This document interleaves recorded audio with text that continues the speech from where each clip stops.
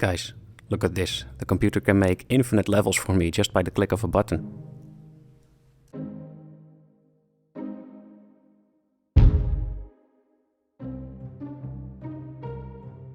Hello everyone and welcome back to another video. My name is Tim and you're watching a devlog video of my side project Arcade Wizard. If you don't know what Arcade Wizard is yet, then I would recommend you to check out the previous devlogs of Arcade Wizard. Otherwise, let's get into it.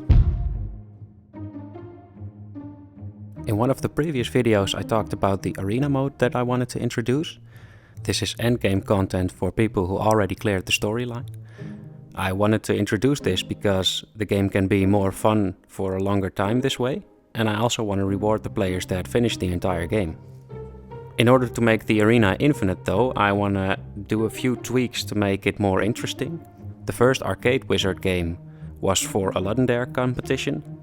The Ludden Dare version though had a square map and was pretty boring after a while, so I want to spice things up a little bit by adding random map generation and random wave generation.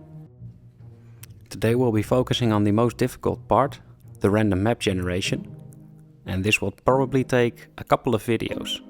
So in order for me to generate random maps, I had to make a little improvement to the tiles that I had, because up to this point if I wanted to make a map I would have to play each tile individually, meaning that I would have to pick if it was a corner tile or a side tile or maybe the top of the island or the bottom. So this is really hard to program if I want to generate these kinds of maps, because it would be either gibberish or a really complicated algorithm. So the first thing I did was create a dynamic tile. This tile can look at its neighbors and pick the according sprite to the neighbors. So as you can see here, the drawing of a map is really simple. This way, when generating a map, I will only have to say if a tile is active or not. Next up is the generation of the island. For this I picked an old trick that I used in a very old game that I made once, where I used Berlin noise to generate random terrain. Berlin noise is basically a noise map. This is what it would look like, and in theory I could assign tiles to be active when it's more white and tiles to be inactive when it's more black. So tiles will be active when it's closer to 1 and tiles will be inactive when it's closer to 0. And this way you can see there will be islands generated. I added a couple of parameters to the Unity component so I could tweak around with the algorithm a little bit. This is mainly to detect how sensitive the algorithm has to be for the black and white values, if a tile should be active or not.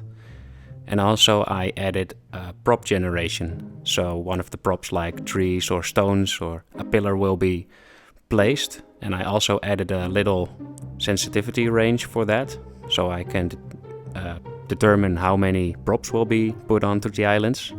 And I think it all looks pretty cool. There's only one big downside, and that is that for this algorithm to work, there have to be a lot of tiles available, so it will look pretty cool when you have a really big landscape. But when dealing with a small island, as you can see here, I can't quite get it right. So I think I will have to pick a different solution than Berlin noise.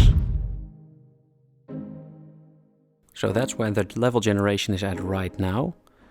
I think I will have to improve on the algorithm in the future, because right now I don't think the levels look quite right.